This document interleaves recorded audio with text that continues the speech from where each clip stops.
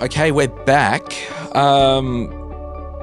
What's happening out there in Superland? Actually, I visiting your office here in Brisneyland, went down to level whatever it was and saw Artie, the big blue monster. He's huge, isn't he? Yeah. I don't know how they got him up here. I know. So for those who aren't aware, what's the story and the shtick behind Artie? Behind Artie, sorry, not Art. He is our monster. Right. And the premise behind him is that most Australians don't realise they're actually sitting on a monster. So when you see the ads, you've got, she's sitting up there on the monster and this is my superannuation. And what we mean by that is that for most people it'll be their second largest asset behind their home. For some people it could be their largest asset if they're not a homeowner. And a lot of people don't realise that, which is interesting because people engage with other assets and they're very mindful of it. But what is your second largest asset? You may not be engaging with it. So the idea behind him is that you may be sitting on this monster. He's a friendly monster. He's there to look after your future and help guide you through retirement. You should sort of bring him out of the cupboard and nurture him and give him a pat. He's looking after you. Make sure you know what he's up to. Yeah. So log into whatever fund you're with, log in, make sure you're aware of what you're invested in. Yep. Beneficiaries up to date. You've got the right beneficiaries. Do a health check. All those things, yeah. 100%. And if you're uncertain, if you have an advisor, call the advisor. If you don't, call the fund. Yeah. Most funds can give limited advice, but if you need more advice, they can point you in the direction of an advisor to assist with that. So what are the two recent changes that people need to be aware about? So two of the changes that's occurred over this year, one is the increase in the superannuation guarantee rate, which is great. So moving up from 11.5% to 12%.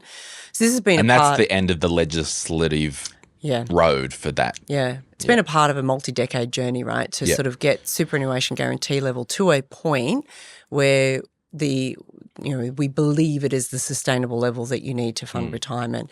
It is the rate that Paul Keating initially suggested, sort of way back when, and it's great that we're finally there because what it means is that everybody, 12% of what you earn is being put aside for your retirement from the day you start earning, compounding over time, the degree to which that can then grow into the retirement savings pool that you actually need. Yeah, sweet. So that's home. Yeah. And the other big one is Payday Super. Yes. Talk to us about Payday Super for those who might not be aware. Yeah. So for Payday Super, so what that actually means is that, rather than having superannuation contributions sort of put in sort of once a quarter by your employer, they're now actually going to be paid on the day that you get paid. So if you get paid weekly, that's when they get in, fortnightly, etc. There's huge benefits to this. And one is one of the first things I ever taught my children was compound interest, the whole idea that your money makes money. So by actually having your money in super earlier, it starts compounding faster, essentially. So that is a huge, huge uplift, having the money in there the day that you get paid. The other huge benefit of it is that there are certain instances of super just not being paid, of it being paid late, etc. So the actual estimates of Payday Super and what that could actually mean is it could mean members are about 1.5% better off in retirement, which is not insignificant. Yeah, wow. Yeah. Plus if you actually then take into account the amount of unpaid super that occurs, which can be in the order of about $5 billion. And that's usually lower paid workers, women workers, migrant workers. So there's massive benefits to this legislation. Yeah, I reckon it's actually good. We may see some employers want to move from weekly to fortnightly pay or fortnightly to monthly. Yeah. But to the business owners out there, just deal with it. Yep. I pay my staff and myself weekly, and for the last year or so, we've all paid our super weekly because I said to the bookkeeper, I'm like, this will be legislated.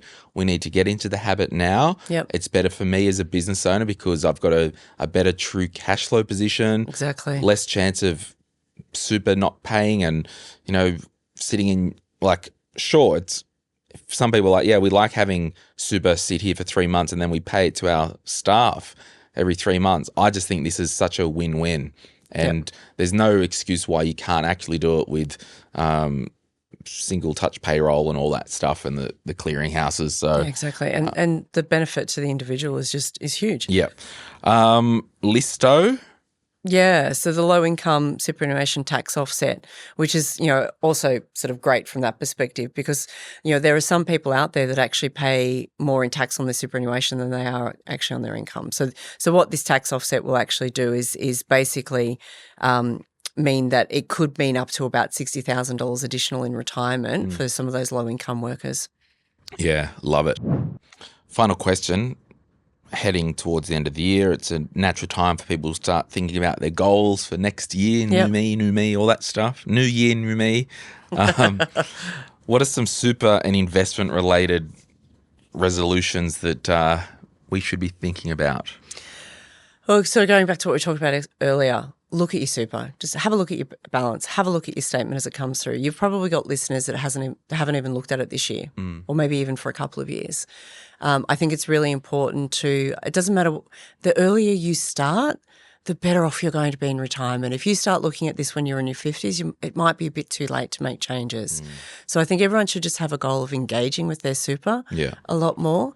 Now, I'd also like to point out engaging with your super doesn't mean constantly trying to switch things around. Yes. Because that can actually degrade the value of your, and for example, if someone tries to predict what's going to happen in the world and going to move from high growth to cash, most of the time you're probably going to do that at exactly the wrong moment. Yes. So, but be engaged with it, seek advice if you need the advice, make sure you understand what is arguably your largest, if not your second largest asset that you have. Hey, it's Glenn here. Thank you so much for watching today's video. You made it to the end. Can I ask a favor? Can you hit that like button and maybe hit subscribe if you want to get notified when we release further videos just like this one, whether you watch the Money, Money, Money podcast or Retire Right. And remember, if you want to learn more about investing, I've got an investing book, The Quick Start Guide to Investing, and there's a link in the description to get your hands on a copy. Thank you so much. Bye.